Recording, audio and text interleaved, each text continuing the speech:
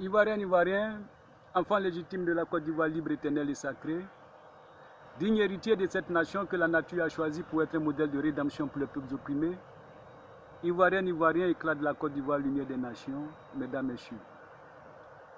Il nous faut rendre hommage, célébrer et soutenir nos élus martyrisés. En parlant d'élus, je ne fais pas allusion aux législateurs corrompus de l'Assemblée nationale ivoirienne, mais à ceux qui ont été prédestinés à s'engager dans la lutte pour le rétablissement de la dignité de l'homme ivoirien. Bien avant cela, je veux remercier tous ceux qui nous ont adressé des messages de remerciement touchant notre engagement exceptionnel contre le néocolonialisme, notre militantisme en faveur de la libération d'Anna Novikova et de Vincent Perfetti, mais aussi et surtout notre position dans le débat politique subsaharien, c'est-à-dire notre ardent désir de voir être dissoute la CEDEAO, la Communauté économique des États de l'Afrique de l'Ouest, qui ne joue plus son rôle de défenseur des intérêts économiques des pays de l'Afrique de l'Ouest, mais est devenue une mafia à la solde de l'oligarchie transatlantique. Pour revenir au sujet du jour, qui sont ces élus choisis avant la fondation du monde à vaincre le néocolonialisme à partir de la Côte d'Ivoire? Qui sont ces personnes prédestinées à célébrer la louange de la gloire de la liberté des peuples opprimés par la rédemption prochaine du peuple ivoirien? Que signifie génération éclatante et victorieuse ivoirienne?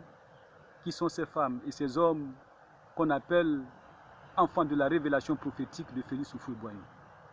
Pour comprendre toutes ces choses, il faut d'abord rappeler la prophétie elle-même. Félix Houphouët-Boigny, qui à son temps disait, et je cite, « Je suis sûr qu'un jour des petits Ivoiriens s'asseront et discuteront d'égal à égal avec leurs frères de l'Occident. » L'analyse d'une telle prophétie, de tels propos, nous amène à faire un constat. Et le constat est que Félix Houphouët-Boigny, à son temps, durant tout son parcours politique, était habité de deux sentiments principaux. Premièrement, désolation et regret, car étant conscient que l'indépendance que lui octroyait la France en 1960 n'était pas la véritable indépendance, mais un colonialisme déguisé, représentant un véritable danger, car du jour au lendemain pouvait dévoiler sa véritable face et imposer au peuple ivoirien les cruautés de ce système-là, c'est-à-dire aliénation, soumission, persécution, racisme, mépris et réesclavagisation de la Côte d'Ivoire. Le deuxième sentiment est un sentiment d'espoir. Pour lui, ayant eu tous les honneurs, ayant eu toute la gloire, mais il rêvait de vivre l'avènement de cette génération d'Ivoiriens qui viendrait abolir le néocolonialisme, conduire la Côte d'Ivoire à son autonomie véritable, à son indépendance véritable, à son autodétermination, mais aussi à sa véritable liberté. Hélas, les choses n'ont pas été ainsi.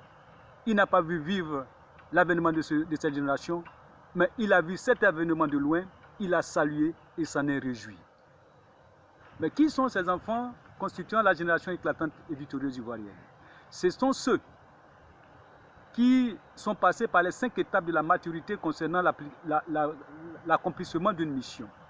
Ils ont appris à connaître le monde, ils ont appris à se connaître eux-mêmes, ils ont appris leur mission, ils ont appris à accepter cette mission et ils accomplissent dignement et dans l'honneur cette mission-là. Ce sont ceux qui s'opposent à la réesclavagisation de la Côte d'Ivoire. Ce sont ceux qui, en 2011, se sont levés contre ce scandale néocolonial qui a été d'imposer le pion de la France-Afrique à la tête de la Côte d'Ivoire. Ce sont ceux qui se retrouvent aujourd'hui en prison parce que, s'opposant à l'injustice et aux forfaitures de ce régime autocrate, fasciste, dictatorial, féodal, autoritaire, kleptocrate, plutocrate, ivarosceptique et ivarophobe, des téméraires sadiques despotes dignitaires du RHDP. Les enfants de la révélation, la génération éclatante et victorieuse ivoirienne sont des Ivoiriens qu'on ne peut pas corrompre. Ce sont des Ivoiriens qu'on ne peut pas instrumentaliser. Ce sont des Ivoiriens qu'on ne peut pas influencer. Ce sont des Ivoiriens qu'on ne peut pas intimider, qui ont les yeux fixés sur la promesse d'une Côte d'Ivoire libre, et qui ont tout abandonné, qui n'ont pas privilégié leur intérêt, mais qui ont privilégié l'intérêt supérieur de la nation au risque de leur vie. Comme je l'ai dit, beaucoup sont en prison, d'autres sont en exil, loin de l'affection familiale, loin des réalités du pays, étant contraints de se familiariser avec, de s'adapter à d'autres cultures, à d'autres réalités d'autres pays, dans la souffrance d'être écartés de la Côte d'Ivoire, leur terre sacrée. certains sont morts. D'autres ont vu leurs comptes bancaires être gelés, de sorte qu'ils ne peuvent plus vivre dignement. Tout cela, malgré les souffrances que cette génération d'hommes traverse, elle représente le pilier de notre liberté, la liberté de l'homme ivoirien. C'est pour cela que nous devons nous souvenir.